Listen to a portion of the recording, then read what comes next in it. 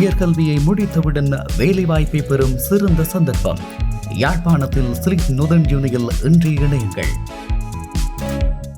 உங்கள் பெற்றோரின் நிம்மதியே எங்களின் நோக்கம். செவிலியர் பராமரிப்பு, ஆரோக்கிய உணவுகள் மற்றும் சொகுசு அறைகளுடன் ரத்மலானியில் வி கேர் ரெசிடென்ஸ். நல்லூர் திருவிழா தினமும் காலை மாலை சிறப்பு நேரலையில் உங்கள் விளம்பரங்களும் இடம்பெற இன்றே அழையுங்கள். வணக்கம். நேற்றைய தினம் இந்த பல்லேகம ஏமரத்தன தேரர் அவருடைய இந்த வழக்கு விசாரணை, 11 வயதில் இருந்த ஒரு சிறுமியை கடுமையான பாலியல் துஷ்பிரயோகத்திற்கு உட்படுத்திய அந்த குற்றச்சாட்டுடன் சம்பந்தப்பட்ட வழக்கு விசாரணை நேற்று எடுத்துக்கொள்ளப்பட்டது. அது சம்பந்தமாகத்தான் நேற்றைய நியூஸ் இன்சைட் தமிழ் நிகழ்ச்சியிலே நிறைய விடயங்கள், அதாவது நீதிமன்றத்தில் அப்போது நான் ஒளிப்பதிவு செய்து கொண்டிருக்கும் போது என்னென்ன தகவல்கள் கிடைத்ததோ அதை நேற்றைய நிகழ்ச்சியில் நான் சொல்லிவிட்டேன். நிகழ்ச்சியை முடித்துவிட்டு நான் வீடு சென்று கொண்டிருக்கும் போது தான் திடுக்கிடும் பல தகவல்கள் எனக்கு கிடைத்தது. ஆகவே நான் மிகவும் மனம் வருந்தினேன். நேற்றைய நிகழ்ச்சியிலேயே இந்த விடயங்களை சொல்லியிருக்க வேண்டும். இருந்தாலும் இன்றைய நிகழ்ச்சியிலும் நேற்று தவறவிட்ட அந்த விடயங்களை சொல்லிவிட்டு மிக முக்கியமான இன்னும் ஒரு விடயத்தை பார்க்கலாம். அது என்னவென்றால், நேற்றைய வழக்கு விசாரணையின் போது DNA அறிக்கை சம்பந்தமாக திடுக்கிடும் பல தகவல்கள் வெளியாகி இருக்கின்றது. அதாவது ஏற்கனவே இந்த சிறுமி கொடுத்த வாக்குமூலத்தின் அடிப்படையில் சிறுமியினுடைய உடைகள் எல்லாமே சிறுமியினுடைய வீட்டுக்கு பின்புறத்திலே மண்ணில் புதைக்கப்பட்டிருந்தது. இதற்கு தாய் தான் பிரதான காரணம். தாய் தான் இதை செய்திருக்கின்றார். இந்த சிறுமியினுடைய ஆடைகளை மண்ணிலே புதைத்திருக்கின்றார்.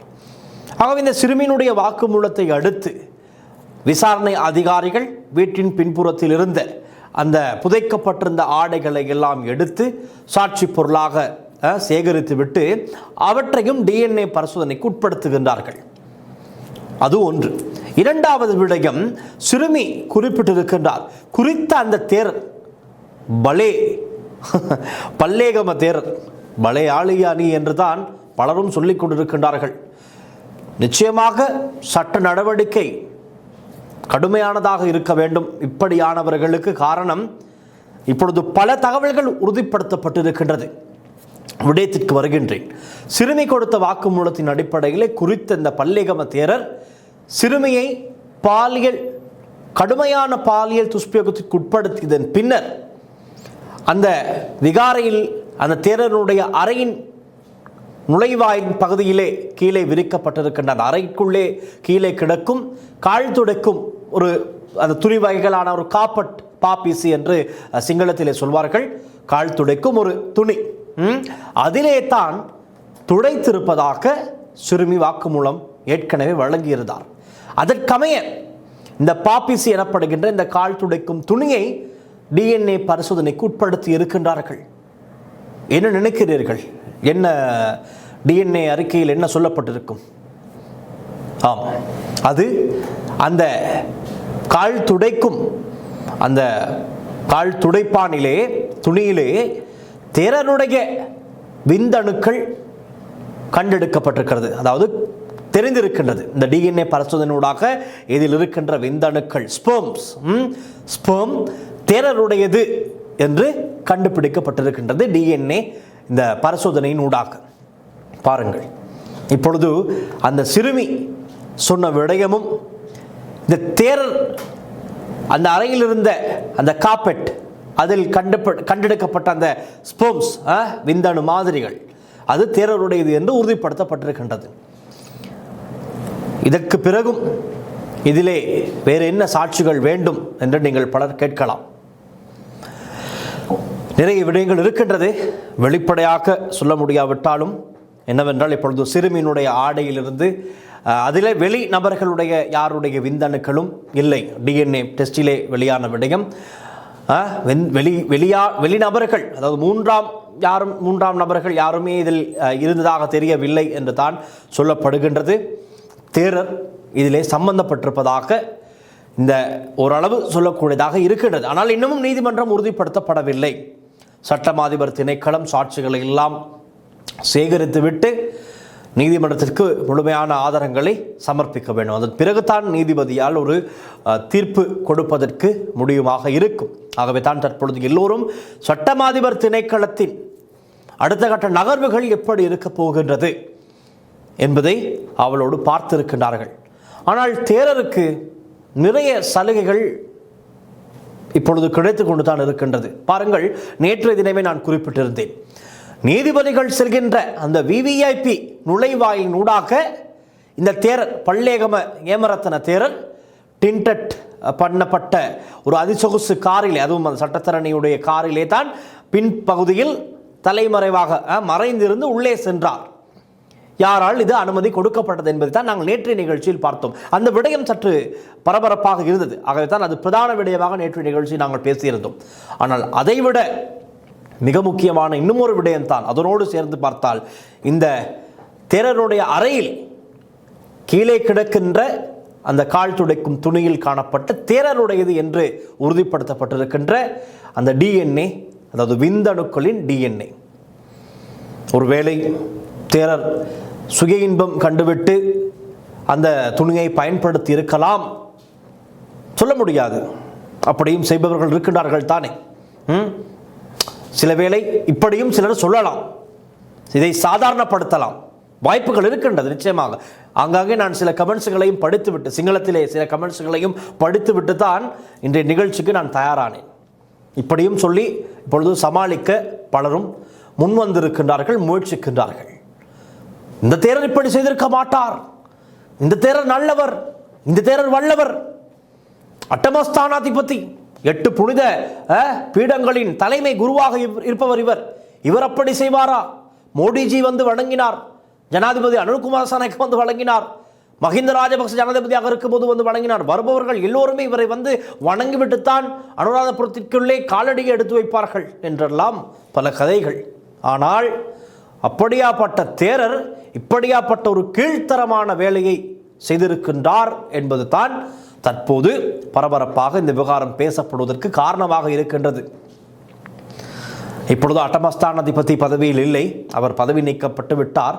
இருப்பினும் பாருங்கள், இவருக்கு எல்லா சலுகைகளும் கிடைத்திருக்கின்றது.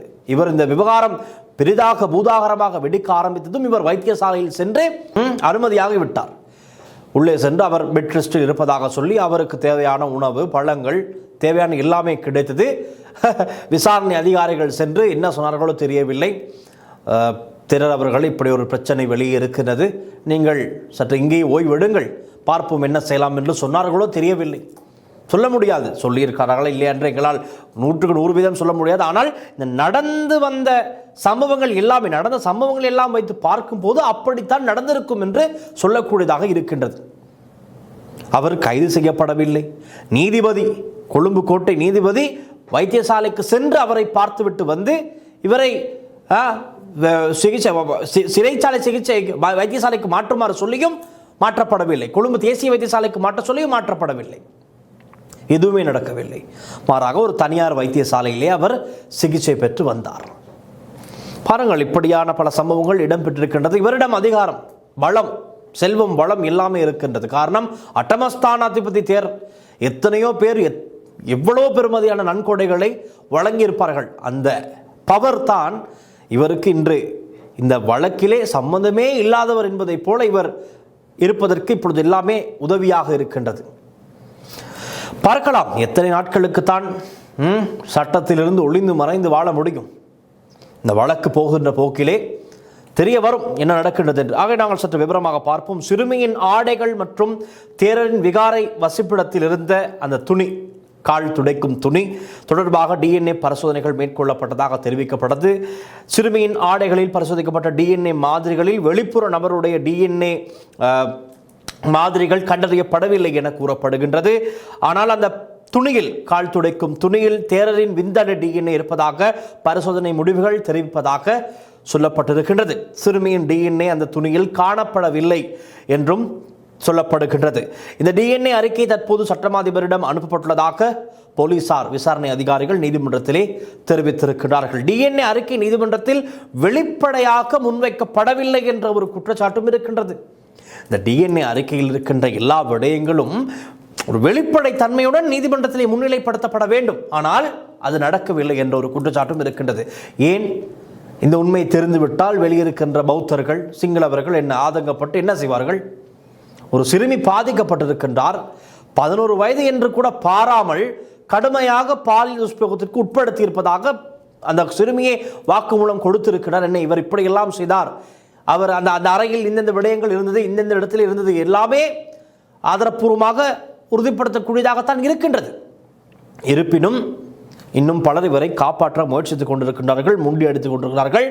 அதில் இந்த DNA அறிக்கையில் இருக்கின்ற விடயங்களும் முழுமையாக வெளிப்படுத்தப்படாததும் ஒரு சந்தேக பார்வையிலே பார்க்கப்படுகின்றது. DNA அறிக்கை தொடர்பாக போலீசார் நீதிமன்றத்தில் முழுமையான வாய்மொழி விளக்கம் வழங்கப்படவில்லை என்ற ஒரு குற்றச்சாட்டு எழுந்திருக்கின்றது. DNA அறிக்கை சட்டமா அதிபரிடம் அனுப்பப்பட்டுள்ளதாக மட்டும் நீதிமன்றத்தில் தெரிவிக்கப்பட்டிருக்கின்றது. அது இருக்கின்ற விடயங்கள் விவரமாக சொல்லப்படாவிட்டாலும் கூட DNA அறிக்கை சட்டமாதிபர் திணைக்களத்துக்கு அனுப்பப்பட்டு விட்டதாக விசாரணை அதிகாரிகள் தெரிவித்திருக்கின்றார்கள். இந்த அறிக்கையை அடிப்படையாக கொண்டு அடுத்த கட்ட நடவடிக்கை எடுக்க வேண்டியது சட்டமாதிபர் திணைக்களத்தின் பொறுப்பு. அதுதான் அவருடைய பொறுப்பை தான் நான் ஏற்கனவே சொன்னேன். இனி சட்டமாதிபர் திணைக்களத்தின் கையில் தான் இருக்கின்றது இந்த ஆதாரங்களை எல்லாம் திரட்டி குற்றப்பத்திரிகை தாக்கல் செய்வது. இனி அதுதான் அடுத்த கட்ட வேலையாக இருக்க வேண்டும். ஆகவே இந்த வழக்கை சட்டமாதிபர் திணைக்களம் சார்பாக வாதாடி வருபவர் பிரதி சொலிசிட்டர் ஜெனரல் ஜனக பண்டார. அவர் மீது ஒரு நம்பிக்கை இருக்கின்றது. காரணம், அவர் இதற்கு முன்பதாக மிக முக்கியமான பல வழக்குகளில் திறமையாக்க வாதாடிய ஒருவர், பல ஆதாரங்கள் சாட்சியங்களோடு எந்த ஒரு விடயத்தையும் வெளிப்படையாக பேசக்கூடிய ஒருவர். அவர் கையில் தான் இனிவரும் நடவடிக்கைகள் எல்லாமே இருக்கின்றது. அது மாத்திரமல்ல, சட்டமாதிபர் திணைக்களம் அடுத்த கட்ட நடவடிக்கை எப்படி எடுக்கப் போகின்றது என்பது குறித்த ஒரு கேள்வி இருக்கின்றது. ஆகவே இந்த வழக்கை தாமதப்படுத்தாமல் விரைவுபடுத்த வேண்டியது ஒரு காலத்தின் கட்டாயமாக இருக்கின்றது, தேவையாக இருக்கின்றது. இந்த தேரருக்கு இருக்கின்ற அதிகாரம் செல்வாக்கை பயன்படுத்தி இவருக்கு பல வழிகளிலும் உதவிகள் கிடைக்கலாம். இவரை இதிலிருந்து தப்ப வைப்பதற்கு பல வேலைகள் பலரும் செய்யலாம்.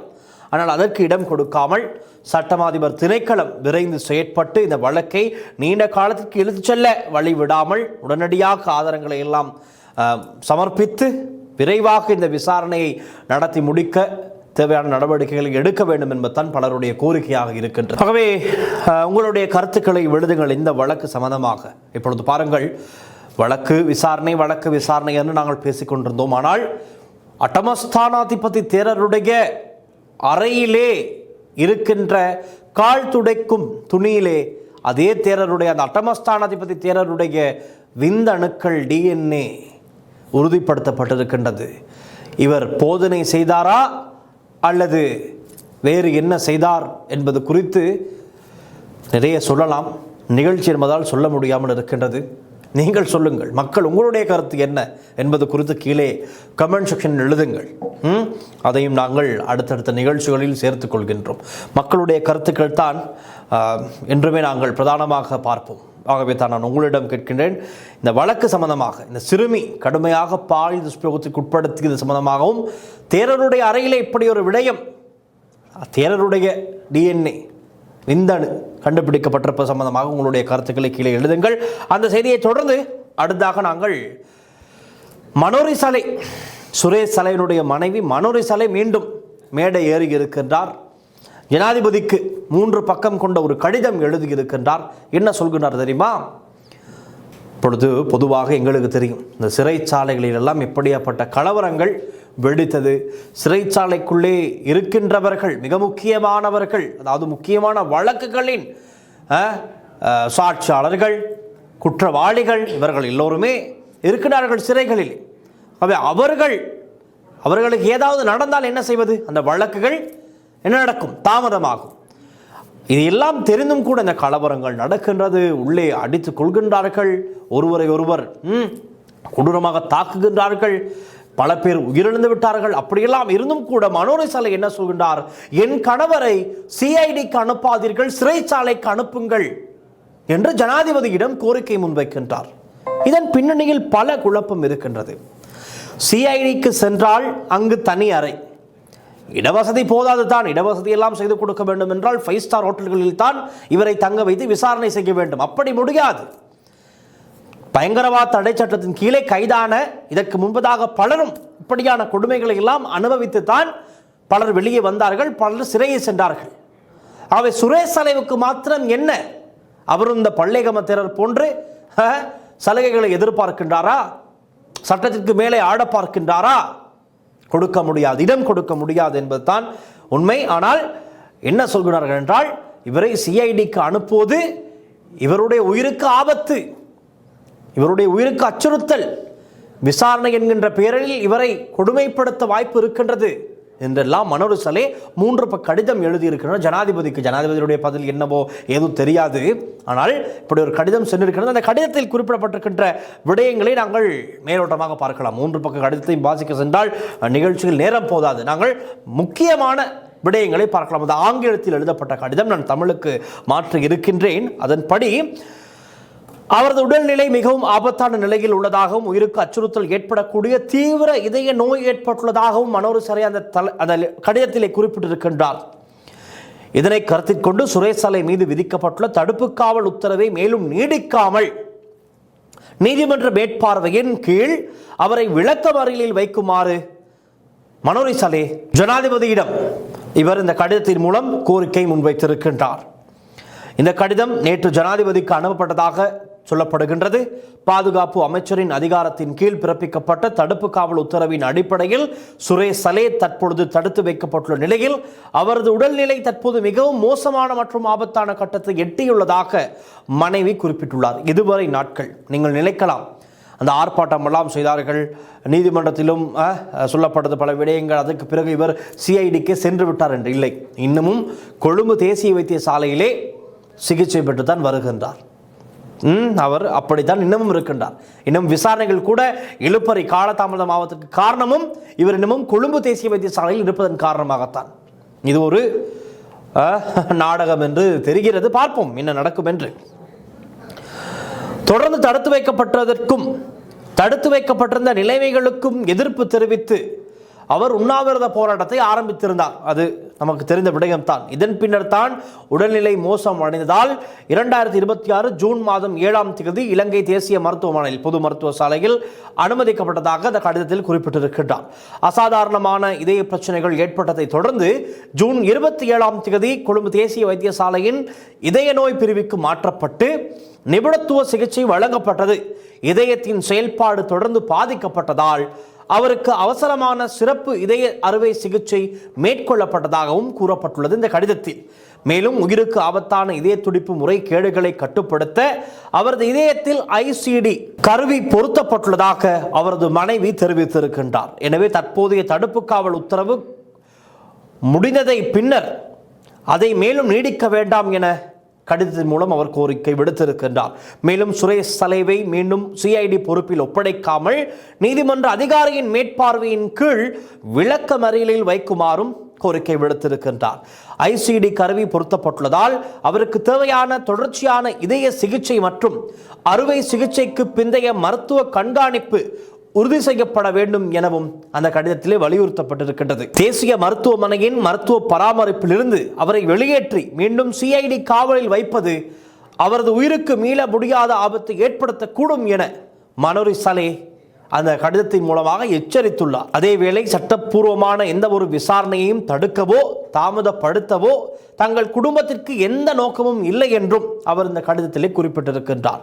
நீதிமன்ற மேற்பார்வையின் கீழ் விளக்கமறியலில் வைக்கப்பட்ட பின்னரும் சட்டப்படி தேவையான வாக்குமூலங்கள் மற்றும் விசாரணைகளுக்கு முழுமையான ஒத்துழைப்பை வழங்க தயாராக இருப்பதாகவும் அவர் இந்த கடிதத்தின் மூலம் ஜனாதிபதிக்கு தெளிவுபடுத்தியிருக்கின்றார். பயங்கரவாத தடுப்பு சட்டத்திற்கு பிடிஐக்கு பதிலாக புதிய சீர்திருத்தங்களை அறிமுகப்படுத்துவது குறித்து அரசாங்கம் பரிசீலித்து வரும் நிலையில் அரசின் காவலில் உள்ள ஒருவரின் உயிர் மற்றும் சுகாதாரத்தை பாதுகாப்பது மனிதாபிமான பொறுப்பு எனவும் அந்த கடிதத்திலே சுரேஷ் சலேவின் மனைவி வலியுறுத்தி இருக்கின்றார். இதனை கருத்தில் கொண்டு ஜனாதிபதி அவசரமாக தலையிட்டு நடவடிக்கை எடுக்க வேண்டும் என சுரேஷ் சலேவின் மனைவி கோரிக்கை விடுத்திருக்கின்றார். இதுதான் சுரேஷ் சலேவின் மனைவியுடைய கோரிக்கையாக இருக்கின்றது. நேற்றைக்கு முன்தினம் ஞானசார தேரருடைய விகாரையிலே ஒரு பாதுகாப்பு கடமையில் ஈடுபட்டிருந்த ஒரு போலீஸ் அதிகாரி தன்னை தானே சுட்டு உயிரை மாய்த்து கொண்டார். அன்றைய தினம் ஞானசார தேரர் கூட ஒரு நிகழ்வில் தான் இருந்தார், பதனாம் மாயத்தன் என்று சொல்லப்படுகின்ற ஒரு இடத்திலே. அங்கே என்ன நடந்தது என்றால், இந்த சுரேஷ் சலேவுக்கு நீதி கோரி அவருக்கு ஆதரவான ஒரு சார்பான ஒரு நிகழ்வு இடம்பெற்றது. ஒரு 200 பேர் அளவிலே அந்த நிகழ்விலே கலந்து கொண்டிருந்தார்கள். பிரதானமாக யார் கலந்து கொள்வார்கள் என்று உங்களுக்கு நன்காகவே தெரியும். ஏற்கனவே கூடரமெல்லாம் போட்டு ஆர்ப்பாட்டம் செய்தார்கள், அவர்களும் அங்கு வந்திருந்தார்கள். அதே போல ஆனால் நிறைய பேச மாட்டார்கள். காரணம், ஏற்கனவே நீதிமன்றத்திலே ஒரு வழக்கு ஆரம்பிக்கப்பட்டிருக்கின்றது நீதிமன்ற அவமதிப்பு குற்றச்சாட்டிலே. அந்த பயத்தில் இப்பொழுது யாரும் அதிகமாக பேச மாட்டார்கள். இந்த சுரேஷ் சாலை விடயம் சம்பந்தமாக மனோஜ் சாலை தான் இனி தனியாக பேசப் போகிறார் என்பதை போலதான் தோன்றுகிறது. ஆகவே யாரையும் எதிர்பார்த்த வேலை இல்லை. நாங்கள் நேராக ஜனாதிபதிக்கு கடிதம் எழுதுவோம் என்று 3 பக்க கடிதத்தை எழுதி ஜனாதிபதிக்கு அனுப்பியிருக்கின்றார். ஜனாதிபதி இதற்கு என்ன பதிலளிப்பாரா இல்லையா என்பது கூட தெரியாது. பார்க்கலாம், பொறுத்திருந்து பார்க்கலாம் என்ன சொல்வார்கள் என்று. ஆனால் சாதாரண விசாரணைக்காக இவர் தடுத்து வைக்கப்படவில்லை. மிக சாதாரணமாக இதை எடுத்துக்கொள்ள முடியாது. 270க்கும் அதிகமான ஒரு உயிர் நீத்த ஈஸ்டர் தாக்குதல். நன்றாகவே இவர்களுக்கு விவரம் தெரியும். இதுதான் நடக்கப் போகின்றது என்பது எல்லாமே தெரியும். இதன் பின்னணியிலே சூழ்ச்சிக்காரர்களாக இவர்கள் எல்லாரும் செயற்பட்டிருக்கிறார்கள் என்பதற்கான அனைத்து ஆதாரங்களும் இருக்கின்றது. ஏற்கனவே பிரதி சொலிசிட்டர் ஜெனரல் திலீப் பீரிஸ் நீதிமன்றத்தில் வாதாடும் போது கூறியிருந்தார், இந்த ஈஸ்டர் தாக்குதலின் பிரதான சூத்திரதாரியாக சுரேசரை செயற்பட்டிருக்கின்றார். ஆனால் இவரையும் இயக்கிய பல தலைகள் இருக்கின்றது, அவர்களையும் நாங்கள் மிக விரைவிலே சட்டத்தின் முன் நிறுத்துவோம் என்று அவர் குறிப்பிட்டிருந்தார். எல்லோரும் எதிர்பார்த்திருப்பது சுரேசரையினுடைய வாயால் அந்த பெரிய தலைகள் யார் என்பதை இவர் கூற வேண்டும். இவருக்கு தெரியும். ஆகவே தான் இந்த பயத்தில் இவர் உள்ளே சென்றால் இதை சொல்ல வேண்டும் என்ற தேவை இருக்கின்றது. எப்படியும் சொல்ல வேண்டிய கட்டாயம் வந்துவிடும். விசாரிக்கின்ற முறையில் இவருடைய வாயிலே சொல்லியே ஆக வேண்டும்.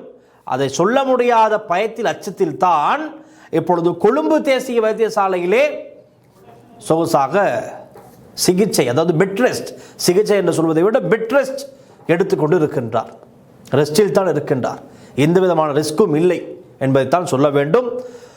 பார்க்கலாம் இந்த விசாரணைகள் எல்லாம் இவர்கள் கடந்து செல்ல பார்க்கின்றார்கள். இதிலிருந்து எப்படியாவது தப்பித்து பிரதான சூழ்ச்சிக்காரர்களுக்கும் பிரதான சூத்திரதாரிகளுக்கும் அந்த மேலே இருப்பவர்களை காப்பாற்ற இவர்கள் எல்லாம் முயற்சித்துக் கொண்டிருக்கிறார்கள். ஒருபோதும் செல்லுபடி ஆகாது என்பது தான் சொல்லக்கூடியதாக இருக்கும். இப்பொழுது இந்த சுரேஷ் சரனுடைய வழக்கு விசாரணை செப்டம்பர் 2ஆம் தேதி மீண்டும் கொழும்பு கோட்டை நீதிமன்றத்தில் விசாரணைக்கு எடுத்துக்கொள்ளப்படவிருக்கின்றது. அன்றைய தினம் இன்னும் பல புதிய தகவல்கள் இப்பொழுது நீண்ட காலம், அதாவது 1 மாதம் அளவிலே இந்த விதமான அப்டேட்ஸ் மேலதிக தகவல்களும் இல்லாமல் இருந்தோம். செப்டம்பர் 2ஆம் தேதி நிறைய விடயங்களை நாங்கள் தெரிந்து கொள்ளக்கூடியதாக இருக்கும். காரணம், ஏற்கனவே சுரேஷ் சலைவுக்கு நீதிமன்றம் ஒரு உத்தரவு பிறப்பித்திருந்தது. உங்களுடைய லேப்டாப் மற்றும் தொலைபேசி பாஸ்வேர்டுகளை வழங்க வேண்டும் என்று நீதிமன்றம் உத்தரவிட்டிருந்தது. ஆனால் கிடைத்திருக்கின்ற தகவல்களுக்கு அமைய ஏதாவது ஒரு பாஸ்வேர்டை இவர் வழங்கியிருப்பதாகத்தான் தகவல் கிடைத்திருக்கின்றது. ஆனால் அதுவும் சரியோ பிழையோ உண்மையோ பொய்யோ தெரியாது. அது சம்பந்தமான எல்லா விடயங்களும் பாஸ்வேர்ட் சரியாக இருந்திருந்தால் இந்நேரம் லேப்டாப் திறக்கப்பட்டிருக்கும், மொபைல் ஃபோன் அன்லாக் செய்யப்பட்டிருக்கும். உள்ளே இருக்கின்ற பல விடயங்களும் விசாரணை அதிகாரிகள் தன் கையிலே எடுத்திருப்பார்கள். ஆனால் இன்னமும் எந்த விதமான தகவலும் இல்லை. பார்க்கலாம், செப்டம்பர் 2ஆம் தேதி இந்த வழக்கு விசாரணைக்கு எடுத்துக்கொள்ளப்படவிருக்கின்றது. அன்றைய தினம் இதைவிட இன்னும் பல பரபரப்பு தகவல்களை தெரிந்து கொள்ளக்கூடியதாக இருக்கும். எல்லா பரபரப்பு தகவல்களையும் தெரிந்து கொள்ள நியூஸ் இன்சைட் தமிழ் நிகழ்ச்சியை ஒவ்வொரு நாளும் காண தவறாதீர்கள் என்று கூறிக்கொள்கின்றோம். ரைட். ஆகவே இன்றைய நிகழ்ச்சியில் நாம் பார்த்த மிக முக்கியமான விடயங்கள் தான் அவை. இவை சம்பந்தமான உங்களுடைய கருத்துக்களையும் கீழே பதிவு செய்யுங்கள். உங்களுடைய கருத்துக்கள் தான் எங்களுக்கு தேவை. பார்க்கின்ற ஒவ்வொருவரும் உங்களுடைய கமெண்ட்ஸை எழுதுங்கள். உங்களுடைய நிலைப்பாடு என்ன? இது எப்படி நடந்தால் சிறப்பாக இருக்கும்?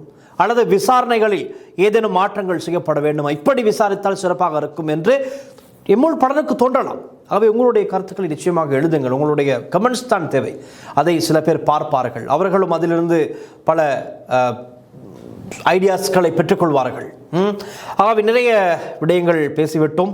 மீண்டும் அடுத்த நிகழ்ச்சியில் இன்னும் பல புதிய தகவல்களுடன் நான் உங்களை சந்திக்கின்றேன். தொடர்ந்தும் லங்காசியுடன் எழுதுங்கள். ஒரு பக்கம் பல்லேகம ஏமரத்ன தேரருடைய DNA சம்பந்தமாக பேசியிருந்தோம். மறுபக்கம் சுரேஷ் சலைவை சிஐடிக்கு அனுப்பாமல் நேரடியாக பிசனுக்கு அனுப்புங்கள், சிறைச்சாலைக்கு அனுப்புங்கள் என்று மனோஜ் சலைவனுடைய கோரிக்கை. இவர் உள்ளே சென்றால் என்ன நடக்கும்? எதுவும் நடக்கலாம். அல்லது யாருக்கும் தேவை இருக்கின்றதா இவரை உள்ளே அனுப்பி ஏதாவது செய்வதற்கு எதுவும் திட்டங்கள் இருக்கின்றதா என்ற சந்தேகங்கள், கேள்விகள் எழுந்திருக்கின்றது. உங்களுடைய பதிலை எழுதுங்கள். மீண்டும் அடுத்த நிகழ்ச்சி சந்திக்கலாம். ஒளிப்பதிவாளர் விஜயகுமாருடன் நான் வின்சன். நன்றி, வணக்கம். உயர்கல்வியை முடித்தவுடன் வேலைவாய்ப்பை பெறும் சிறந்த சந்தர்ப்பம். யாழ்ப்பாணத்தில் ஸ்ரீ நொதன் யூனியில் இன்று இணையுங்கள்.